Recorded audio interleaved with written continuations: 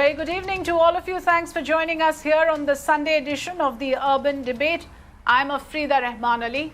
We are going to look at the developing situation there in Kabul in Afghanistan. The Afghanistan crisis is at the moment a situation that we are looking at very closely. Remember, the scale and the speed of the Taliban advance into the Afghan territory has literally left the world flummoxed. In fact, at the moment, the latest that is coming in is that the Afghan President Ashraf Ghani and other top leaders have left the country. Embassies are pulling out even as we speak. U.S. Secretary of State Antony Blinken has said that it is simply not in our interest to remain in Afghanistan anymore. This comes after the U.S. President had asserted very recently that under no circumstances will the U.S. embassy staff be withdrawn from Kabul. Now, despite all of that volte-face, as recently as 25th of July, the U.S. had vowed to help Afghan forces with intensified airstrikes to counter the Taliban forces. And less than a month later, you have the Taliban now negotiating a transfer of power, a complete takeover of the country. So many are questioning this aspect as well now, whether U.S. is responsible for conveniently withdrawing at a time like this, after making tall claims, leaving the country in a mess. Where is that peaceful resolution, the political solution with Taliban that was spoken about?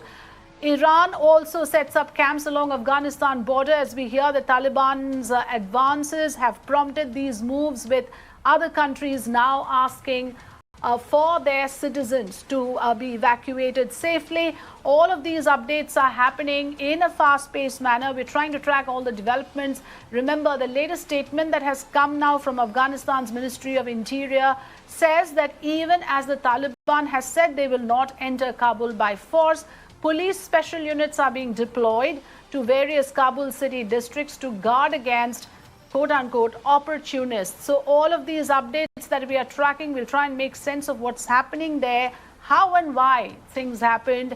The world is stunned today with the speed with which provincial capitals in Afghanistan fell like 9 pins. And before you know it, the Taliban is sitting in negotiation for a transfer of power. Let me welcome, joining us today on the Urban Debate, Ambassador Ashraf Haidri, Ambassador of Afghanistan to Sri Lanka, M. Shabbir Ahmadi, Deputy Editor of Tolo News, and Maroof Raza, Strategic Affairs expert, joining us this evening. Very good evening, gentlemen. Thanks for joining us.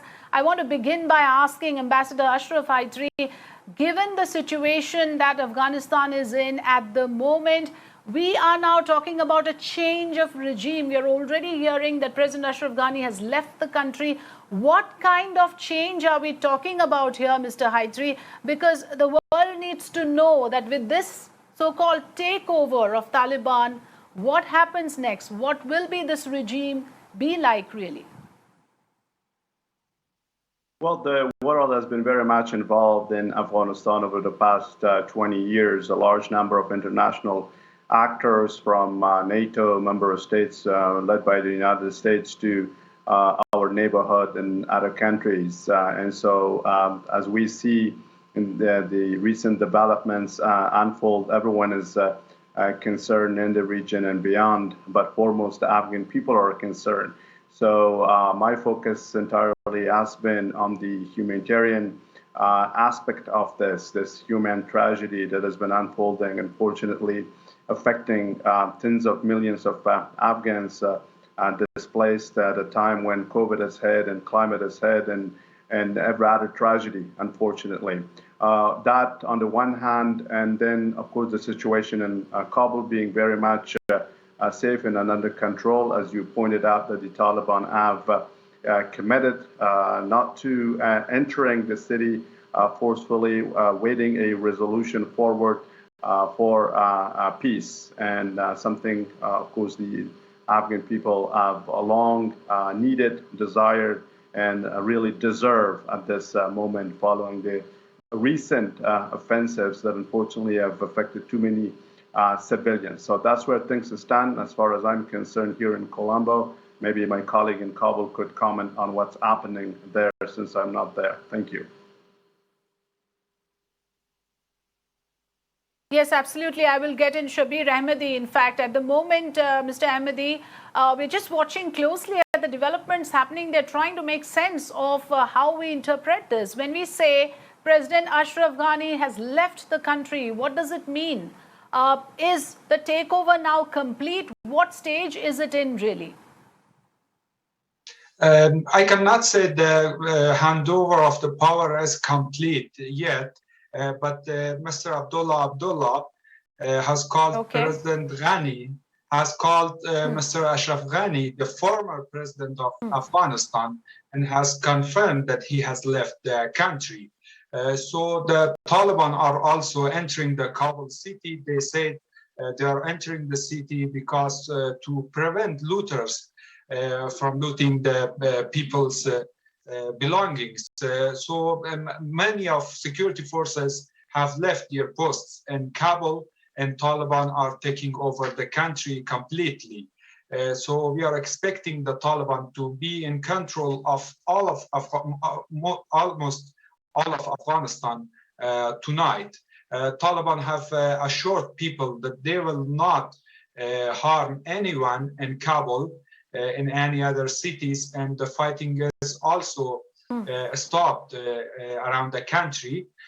So this is a historic and sad situation in Afghanistan, but we are expecting the Taliban to take over the country tonight, except some very small parts of the country, like Panjshir province.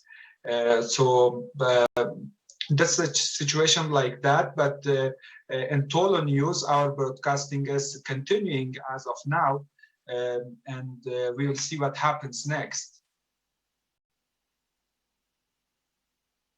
Yes, so you're saying that by tonight, the process of takeover will be complete. Now, Taliban has also issued a statement saying the residents have nothing to fear.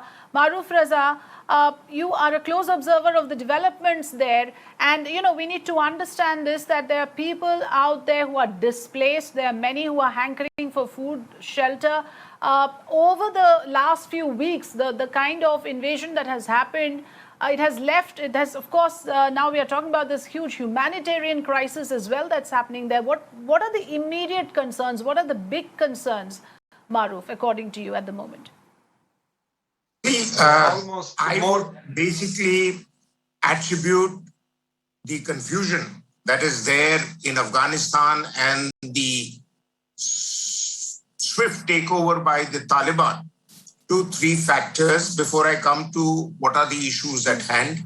One is the US must take the blame for the speedy collapse of Afghanistan and their disgraceful withdrawal from Afghanistan after having gone in there as a knee-jerk reaction after the 9/11 attacks, blaming everything on the land of Afghanistan and damaging an already war-ridden land, killing something close to 65,000 local people and injuring over 100,000. Some people say the number is double of that. I don't have exact figures. But quite clearly, Mr. Biden, all his assurances have fallen flat, and the United States is now witness once again the Saigon moment when the helicopter hovering over the US embassy in Vietnam was the last picture of the America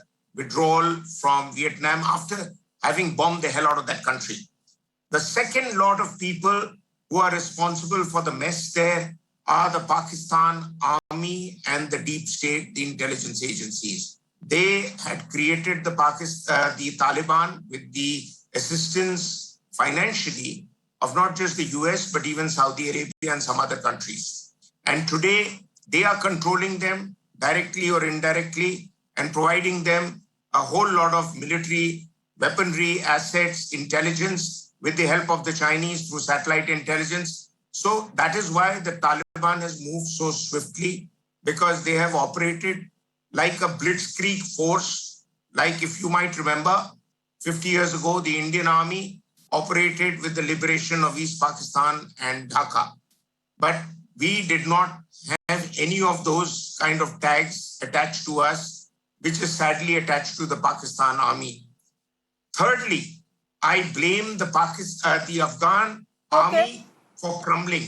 The Afghan army has seen the Americans invest close to $88 billion in arming, training, and preparing them for a situation like this. But the fact, to quote your own words, they fell like nine pins, either shows a complete lack of will to stand up and fight it out, which I'm shocked, because the Afghans are very brave people.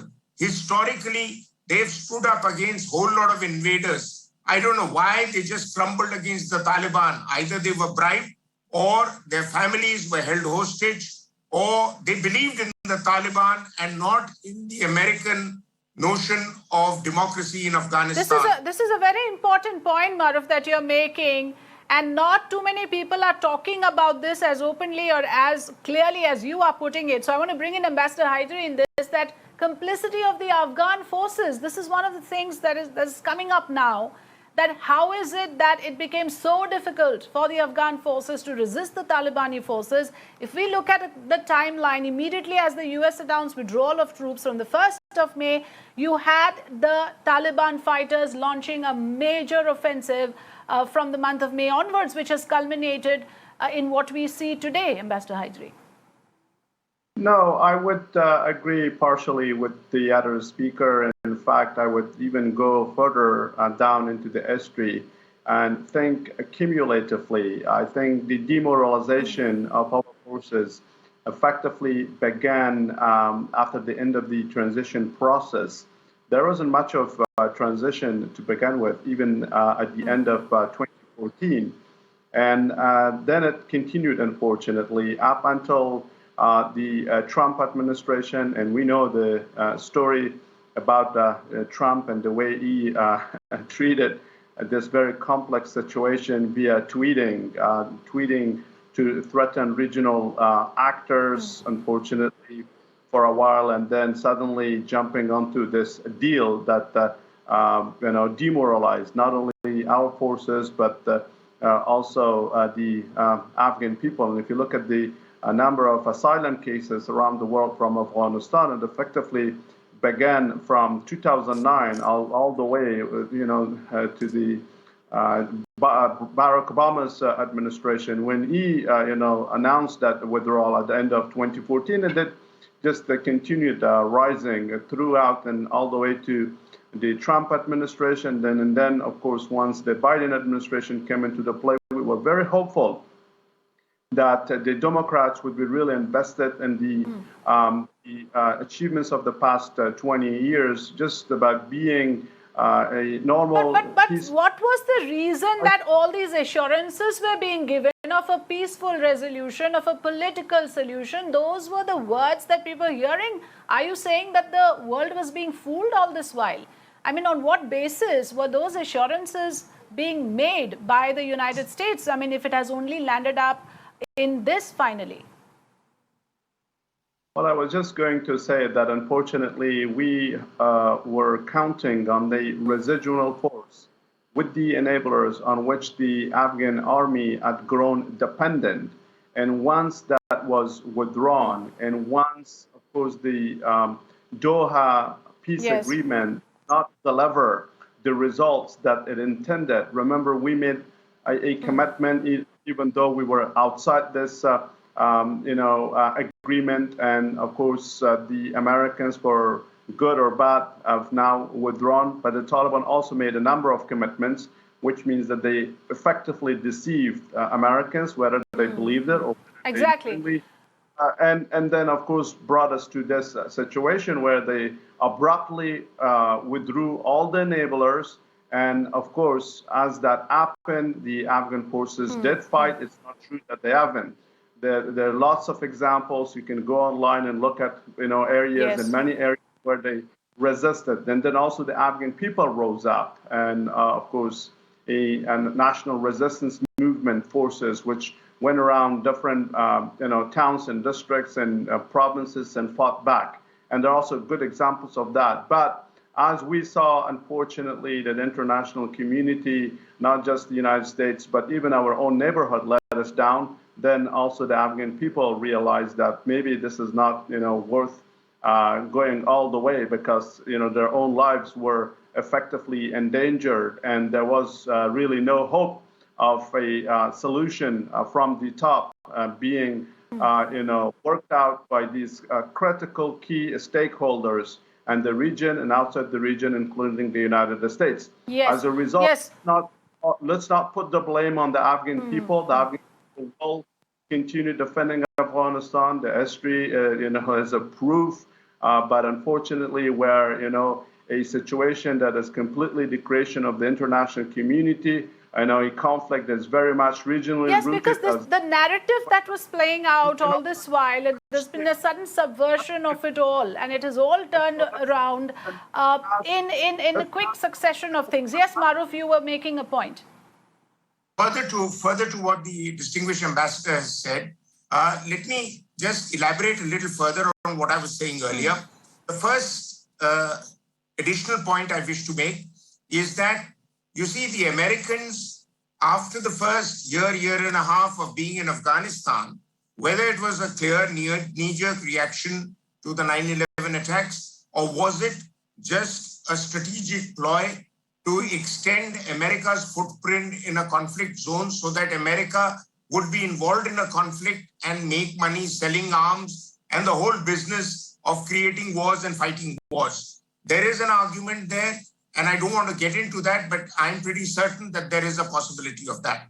The second thing is that once America realized they were in the wrong country fighting the wrong enemy, they did not have the gumption and the gall to go after the right enemy. And I brought this up in an international seminar 10 years ago when I told some American political scientists publicly, I said, you're fighting the wrong enemy in the wrong country. The enemy is in Pakistan. And the country where they are being sheltered is all in Pakistan.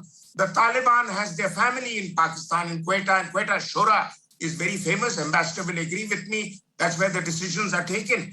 And the Taliban gets medical treatment in Pakistan. They would run away from the American soldiers and go and hide there and come back to hit them at will with Pakistan's military support. But America did not want to hit Pakistan because America is paranoid about taking on a nuclear power. Now, the fact of the matter is that if that is America's level of assumption, and I'm sad to say that America has more think tanks than the British Army has tanks, and still they get it all wrong because they create a narrative and expect everyone to fall into that narrative. And what they wanted in the last few years, and Zalmay Khalilzad, who was the American special envoy into Afghanistan, was given a very clear brief by Mr. Trump. I want an exit from Afghanistan. If you don't get it, you lose your job. So he went around announcing that there is the good Taliban we are talking to, and there's the bad Taliban on the ground. And therefore they struck this deal and went through this farce of a peace engagement with the Taliban in Doha. And now, why did Mr. Ghani leave? Because if historical precedence is anything to go by, if Mr. Ghani and President Ghani had stayed on, he would be hanging on a lamppost by the roadside like President Najibullah hung. These people were seen by the locals. And let me tell you, the Taliban is a mix of the Pashtuns who are in Afghanistan and the Pashtuns who are in Pakistan. They see the border of Pashtun land up to the western banks of the Indus. So even Pakistan wants to keep them involved in Afghanistan and doesn't want to let them enter. But the boundary between Afghanistan and Pakistan, which is known as the Durand line, the Pashtuns don't accept it. So you will see a spillover, certainly. But Pakistan, which has created this Frankenstein Okay, let me get Ambassador Hydri to respond to that. There are a number of fears now, Ambassador Hydri. One of them is what Maruf is pointing out about the Taliban joining forces, combining forces with the Pak army, which can never be a great thing for the immediate neighborhood. Ambassador Ashraf Hydri. Well, I mean, this is not something new. I mean, this has been known to the world since 1980s when the Soviets invaded Afghanistan. And without that external sanctuary and external safe havens and the whole state infrastructure behind the insurgency, whatever you call it, of course, no insurgency could really survive, and they couldn't have survived even 3 months of fighting against the Afghanistan's national security forces. And despite, of course, all the failures and shortcomings and weaknesses and instances of corruption that have been reported on, they could have fought them, they could have defeated them if they were truly a homegrown insurgency. And now that there's a study on 400 cases of insurgencies, and that the study basically demonstrates that where insurgencies enjoy overwhelming external support, those insurgencies cannot be defeated as long as that support is discontinued. I agree. I agree with the ambassador. Absolutely. So all of these now become right. Yeah, quickly, Maruf, please respond. Okay, Go ahead. Quick, 1 or 2 points. I agree with the distinguished ambassador. In fact, I've done a lot of studies on insurgencies and 2 books on the subject. And one of the reasons an insurgency survives is because it is contiguous to a country or a land where it can take refuge in and come back and continue to bother you. But I think the bigger question now for the international community is that the Taliban has become smart. And with Pakistan's guidance, it has learned the game diplomatically to say the right things and do the right things. America's pipe dream, which they did nothing to enforce really substantially to create a democracy like Western democracy, has again fallen flat on its faces. Will now the world be willing to accept a theocratic state run by mullahs who have a medieval outlook? That is the question we have to learn to live with. India, as I feel... Absolutely, those are valid questions, Maruf. Thanks for underlining those important issues, because yes, we have to ask that question, that will this herald imposing of a radical Islam, will these radical forces now gain ground with Taliban taking over Afghanistan? This is going to be a big change in this part of the world, which will have repercussions in the immediate neighborhood, India included. I would like to thank our guests this evening, Ashraf Hydari, Ambassador Ashraf Hydari, and Shabir Ahmadi, who had to leave us a little early, and Maruf Raza. Thanks for joining us. Let's take a short break here. News and updates continue on the other side. Stay with me now.